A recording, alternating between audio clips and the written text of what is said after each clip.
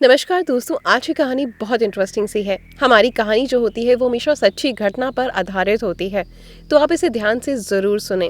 हो सकता है कैरेक्टर्स के नेम हम चेंज कर दें, लेकिन ये जो स्टोरीज मैं आपके साथ में साझा करती हूँ ये बिल्कुल रियल स्टोरी होती है। तो ध्यान से सुनिएगा और आपका क्या फैसला रहेगा स्टोरी को सुनने के बाद वो कमेंट बॉक्स में ज़रूर बताइएगा। अगर आपको हमारी स्टोरीज पसंद आती हैं तो वीडियो को लाइक और शेयर ज़रूर किया करें। रिश्तों को तार तार कर देने वाली सच्ची घटना की शुरुआत कर्नाटक राज्य के बेंगलुरु से होती है।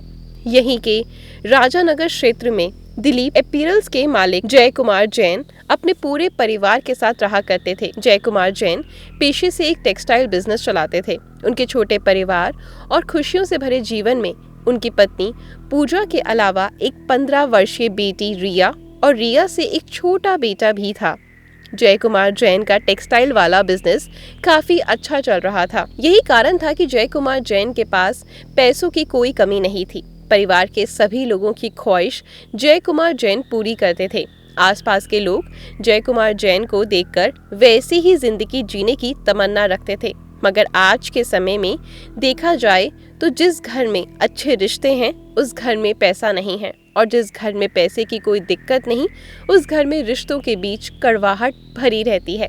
लेकिन जय कुमार जैन के पास अच्छे रिश्ते के साथ साथ पैसा भी था, इसलिए वो खुद को काफी भाग्यशाली महसूस करते थे। छोटा परिवार सुखी परिवार, और शायद जैन परिवार की ये कहावत सही भी थी, क्योंकि जय कुमार जैन और पत्नी पूजा एक दूसरे और दोनों अपने बच्चों पर खूब प्यार लुटाया करते। दरअसल जय कुमार जैन अपनी बेटी को भी बेटी की तरह प्यार करते और चाहते थे कि वो भी जिंदगी में खूब नाम कमाए। शायद इस पिता की सोच अपनी बेटी के लिए सही भी थी, लेकिन जय कुमार जैन को क्या पता था कि उनकी मौत उनकी लाडली बेटी रिया के हाथों में लिखी है। क्योंकि कुछ दिनों बाद इस परिवार में एक ऐसी घटना घटती है जो शायद एक बाप और बेटी के रिश्ते को कलंकित करने वाली घटना थी। एक दिन जय कुमार जैन अपनी पत्नी और बेटे के साथ पांडुचेरी में रहने वाले एक रिश्तेदार के यहाँ जाना था। 17 अगस्त 2019 को शाम तक पांडुचेरी जाने की तैयारी पूरी हो चुकी थी, और शाम 7:30 बजे के आसपास जय कुमार जैन अपनी पत्नी अपने बेटे को कार से रेलवे स्टेशन छोड़ने गए। उन्होंने अपनी बेटी से भी पूछा तो बेटी ने रेलवे स्टेशन जाने से मना कर दिया। बेटी के मना करने पर जय कुमार जैन रेलवे स्टेशन की तरफ अपने बेटे और पत्नी के साथ निकल गए। उन दोनों को ट्रेन में बिठाने के बाद वापस गाड़ी उन्हें घर की तरफ मोड़ लेते हैं। गाड़ी में बैठे बैठे जय कुमार जैन इसी सोच में डूबे थे कि पत्नी और बेटे के कुछ दिनों के ट्रिप पर जाने के बाद घर कितना खाली खाली सा लगेगा। लेकिन उन्हें खुशी थी कि घर पर उनकी बेटी उनके साथ रुकने वाली है। जय कुमार जैन घर पहुंचकर अपनी बेटी के साथ रात का खाना खाते हैं और कुछ देर बाद दोनों बातें करना शुरू कर देते हैं, और फिर दोनों अपने अपने कमरे में सोने के लिए चले जाते हैं। जय कुमार जैन सोने से पहले एक गिलास दूध पीकर ही सोया करते, लेकिन आज पत्नी की पांडुचेरी चले जाने के कारण ग्लास का दूध उसकी बेटी लेकर आती है। बेटी के हाथ से दूध का ग्लास लेकर पिता को ऐसा लगा कि पत्नी के ना होने पर भी मेरी बेटी घर संभाल सकती है। ग्लास का दूध टेबल पर रखने के बाद बेटी रिया और अपने पिता को दूध पीने की बात बोलकर वहां से अपने कमरे में चली जाती है। जय कुमार जैन दूध के ग्लास को छूकर उसकी गर्माहट को महसूस करते हैं, और अब उन्हें लगता है कि दूध पीने लायक हो चुका है, और वो दूध भरा पूरा ग्लास पीकर आराम से सो जाते हैं। अगली सुबह तारीख थी 18 अगस्त 2019। जैन के पड़ोसियों ने उनकी बेटी रिया के चीखने चिल्लाने की आवाज सुनकर बाहर आकर देखा तो जय कुमार जैन के घर के बाथरूम से ऊंची ऊंची आग की लपटें निकल रही थी, जिसे देखकर पड़ोसी डर गए। उन्होंने तुरंत फायर ब्रिगेड को फोन किया, और फायर ब्रिगेड वालों ने मौके पर पहुंचकर जय कुमार जैन के घर में लगी आग पर काबू पा लिया। फायर ब्रिगेड के कर्मचारी आग को पूरी तरीके से बुझाने में कामयाब थे। अब बाथरूम के अंदर जाते हैं तो वहां जय कुमार जैन की आग में झुलसी हुई डेड बॉडी पड़ी थी। फायर ब्रिगेड वाले इस घटना की जानकारी पास के ही लोकल पुलिस स्टेशन में देते हैं। पुलिस के आने के बाद ये खबर मोहल्ले में फैल जाती है कि टेक्सटाइल व्यापारी जय कुमार जैन की मृत्यु आग में झुलसने के कारण हो गई है, और देखते ही देखते पड़ोसी की पूरी भीड़ जय कुमार जैन के घर के बाहर इकट्ठा हो गई है। जय कुमार जैन को जानने वाले सभी लोग उनके साथ घटी इस घटना को देखने दौड़े चले गए। पुलिस भी लाश की शिनाख्त करते हुए पूछताछ करना शुरू कर देती है। उसमें जय कुमार जैन की बेटी रिया रोते हुए बताती है कि उनके पिता सुबह सुबह नहाने बाथरूम में गए थे, तभी अचानक इलेक्ट्रिक शॉर्ट सर्किट होने के कारण बाथरूम में आग लग गई, जिसके कारण पापा अंदर ही झुलस गए। पापा के अंदर से दरवाजा बंद कर रखा था, इसलिए मैं उनकी कोई मदद नहीं कर सकी। लेकिन जब पुलिस ने फायर ब्रिगेड वालों से बयान लिया तब उन्होंने बताया कि शॉर्ट सर्किट से इतनी खतरनाक आग नहीं लग सकती जिसमें कि कोई इंसान जलकर बुरे तरीके से मर जाए। फायर ब्रिगेड का ये बयान काफी चौंकाने वाला था। पुलिस ने अपने सीनियर अधिकारी को इस घटना के बारे में बताया, क्योंकि जय कुमार जैन शहर के एक नामी व्यापारी में से एक थे। उनकी मौत हुई थी, इसलिए इसकी छानबीन करने के लिए वहां के सहायक पुलिस और डीएसपी को भी इस केस में शामिल किया गया। और कुछ ही देर बाद पुलिस आयुक्त और डीसीपी अपने साथ फॉरेंसिक टीम को लेकर घटना स्थल पर पहुंच चुके थे। घटना स्थल की जानकारी लेने और सभी जरूरी सबूत इकट्ठा करने के बाद पुलिस को ये लगता है कि जय कुमार जैन की मौत शॉर्ट सर्किट से लगी आग के कारण हुई है। लेकिन अब पुलिस की टेबल पर पोस्टमार्टम रिपोर्ट रखी जाती है तो उसमें जय कुमार जैन की मौत को लेकर एक चौंकाने वाला खुलासा सामने आता है। डॉक्टरों की पोस्टमार्टम रिपोर्ट बता रही थी कि जय कुमार जैन की मौत आग में झुलसने के कारण नहीं बल्कि खून की कमी और ब्रेन तक खून ना पहुंचने के कारण हुई है। पुलिस के लिए ये रिपोर्ट काफी चौंकाने वाली थी, क्योंकि ब्लड की कमी और ब्रेन तक ब्लड ना पहुंचना सिर्फ एक ही बात की ओर इशारा करते हैं कि जय कुमार जैन को किसी धारदार वाले हथियार से मारा गया है, जिससे ब्लड लॉस होने के कारण उनकी मौत हो गई। लेकिन फिर उसकी बेटी ने ऐसा क्यों कहा कि उसके पापा की मौत शॉर्ट सर्किट में लगी आग में झुलसने के कारण हुई है। अब पुलिस को भी लगने लगा कि जय कुमार जैन की मौत दुर्घटना नहीं बल्कि हत्या है।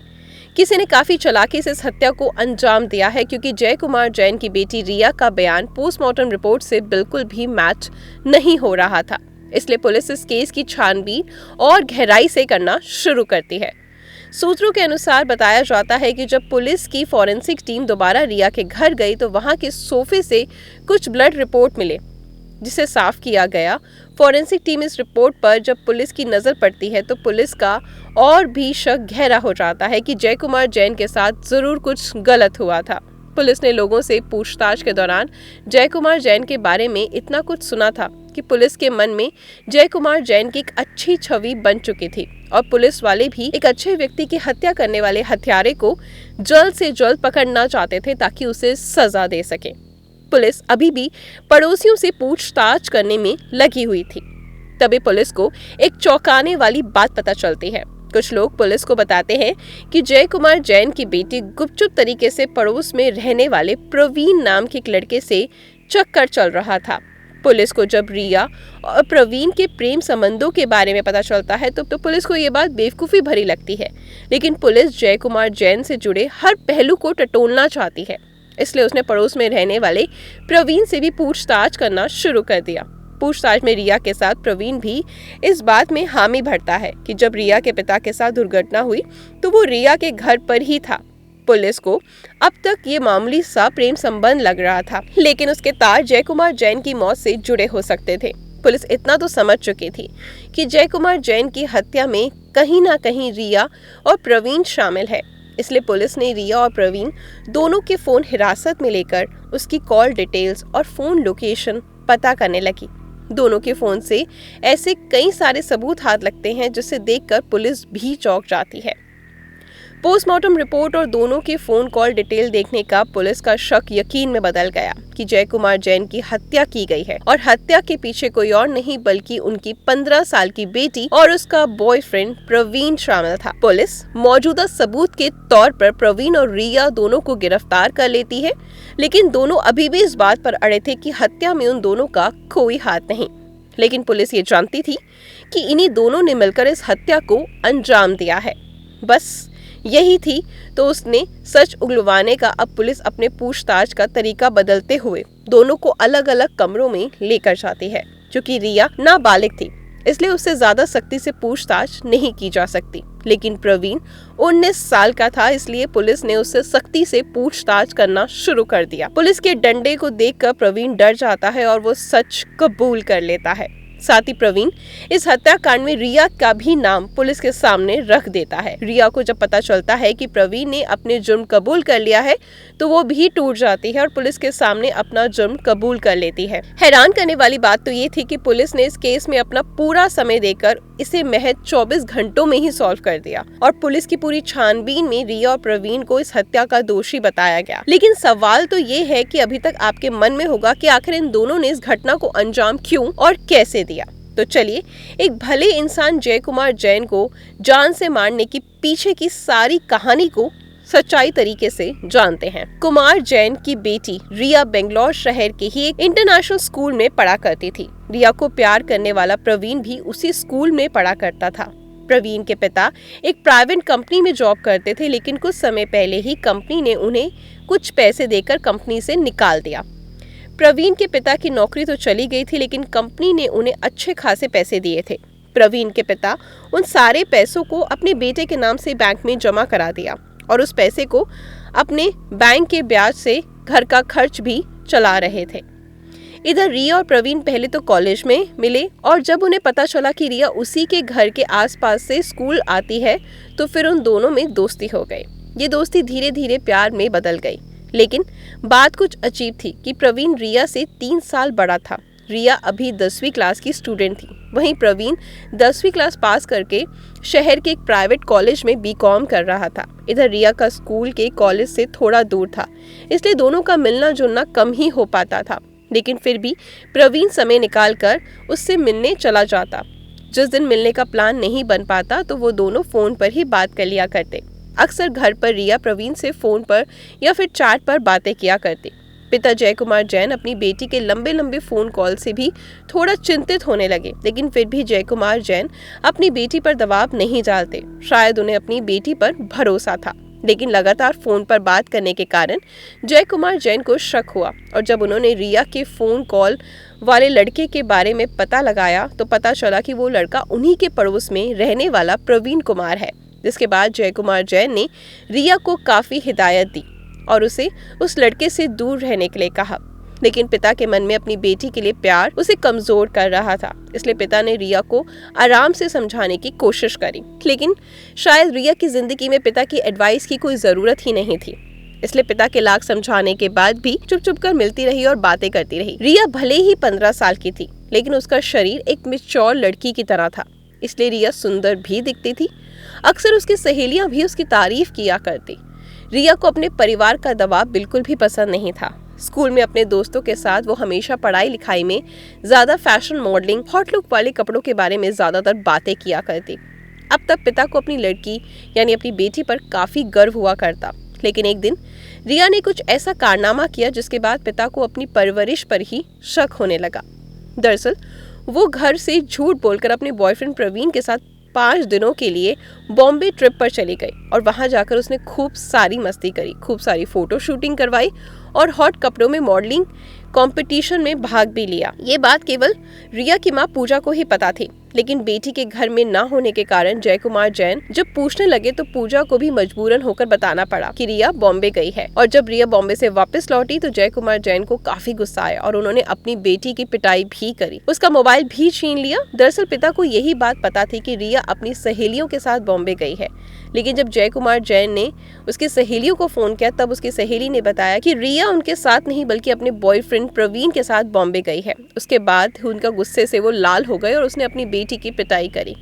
अब रिया बचपन के खिलौने और माँ बाप के प्यार को छोड़कर जवानी की दहलीज पर कदम रख चुकी थी और अब उसे अपने माँ बाप की सोच और विचारों से कोई फर्क नहीं पड़ता था। बॉम्बे ट्रिप वाली हरकत के बाद भी रिया की सोच में ज्यादा बदलाव नहीं हुआ।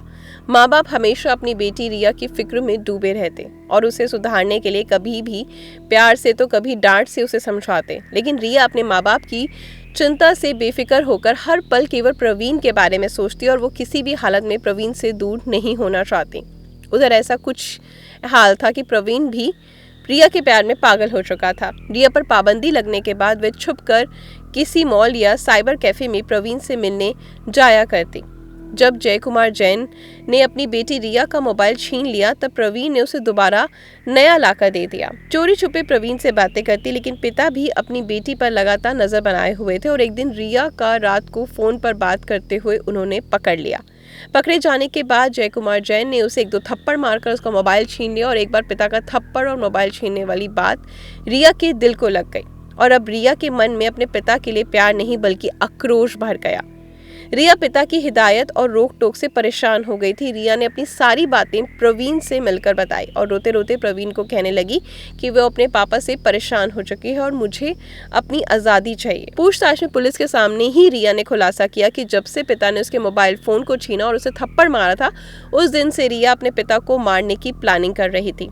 मतलब जय कुमार जैन की मौत से 1 महीने पहले से ही दोनों उन्हें मारने की प्लानिंग करने में लग चुके थे, लेकिन सही मौका ना मिलने के कारण उनका दिन ब दिन पोस्टपोन होता जा रहा था और वो दोनों उस इंसान को मारने का सबसे आसान तरीका ढूंढने लगे। इसलिए वो दोनों लगातार इंटरनेट पर हत्या की दुर्घटना में बदलने की कई सारी वीडियोस भी देखा करते और कुछ वीडियो और फिल्म देखने के बाद दोनों ने जय कुमार जैन को मारने की पूरी प्लानिंग बना ली और उन्होंने जय कुमार जैन को मारने का मौका 17 अगस्त को मिल गया। रिया की माँ और उसका छोटा भाई एक पारिवारिक समारोह में पहुंचे जहां पर उन्हें जाना था और पिता अब तक अपनी बेटी को जान से भी ज्यादा प्यार करता था। बेटी उसकी पीठ पीछे उसकी मौत की साजिश रच रही है और वो भी सिर्फ अपने प्यार को पाने के लिए। जब 17 अगस्त को जय कुमार जैन अपनी पत्नी और अपने छोटे बेटे को रेलवे स्टेशन छोड़कर वापस घर आता है तो उन्हें रिया का बर्ताव थोड़ा अलग लगता है। रिया काफी खुश थी और अपने पिता से भी काफी अच्छे तरीके से पेश आ रही थी। पिता को लगा कि शायद अब रिया को अपनी गलती का एहसास हो चुका है, इसलिए पिता भी खुश थे और दोनों ने साथ में खाना खाया। खाना खाने के बाद रिया ने अपने प्लान के अनुसार दूध में नींद की गोलियां मिलाकर अपने पिता को दे दी। पिता अपनी बेटी की इस करतूत से अनजान थे और दूध पीकर आराम से सो गए, लेकिन रिया ने अपने कमरे में इंतजार करने लगी और जय कुमार जैन जब नींद की गोलियों का असर शुरू हुआ तो थोड़ी देर बाद रिया अपने पिता के कमरे में आती है और अपने पिता को उठाने की कोशिश करती है, लेकिन नींद की गोलियों का डोज लेने के बाद जय कुमार जैन मरी हुई लाश की तरह बेहोश हो चुके थे। पिता को बिस्तर पर अचेल पड़ा देखकर खुशी का ठिकाना नहीं था। वो तुरंत प्रवीण को फोन करके अपने घर बुलाती है और प्रवीण को प्लान के अनुसार अपने साथ एक धारदार चाकू लेकर रिया के घर पहुंच जाता है। इधर रिया ने अपने किचन से चाकू निकाला और दोनों ने जय कुमार जैन के शरीर पर वार करना शुरू कर दिया। दोनों ने सबसे पहले जय कुमार जैन के शरीर की बॉडी पार्ट पर किया जहां इंसान की मौत जल्द से जल्द हो जाए। बेहोशी की हालत में जय कुमार जैन ने ना तो विरोध कर सकते थे और ना ही कोई बचाव के लिए चिल्ला सकते थे। जय कुमार जैन जो थे दूध पीकर एक प्यारी सी नींद में सोए थे ताकि वो अगली सुबह उठकर सुबह का सूरज देखें, लेकिन शायद उनकी बेटी रिया को ये मंजूर नहीं था और उसने अपने बॉयफ्रेंड के साथ मिलकर अपने ही पिता की मौत को खौफनाक तरीके से अंजाम दे दिया। अपने पिता को मारने के बाद वहां की चादर, दीवारें और कमरे का फर्श पूरे तरीके से खून से सन चुका था। दोनों ने जय कुमार जैन की लाश को कमरे से घसीटते हुए बाथरूम तक ले गए और सबूत मिटाने के लिए दोनों ने फर्श और दीवार पर पड़े खून की छींटों को साफ किया। चादर को वॉशिंग मशीन में धोकर सुखाने के लिए डाल दिया।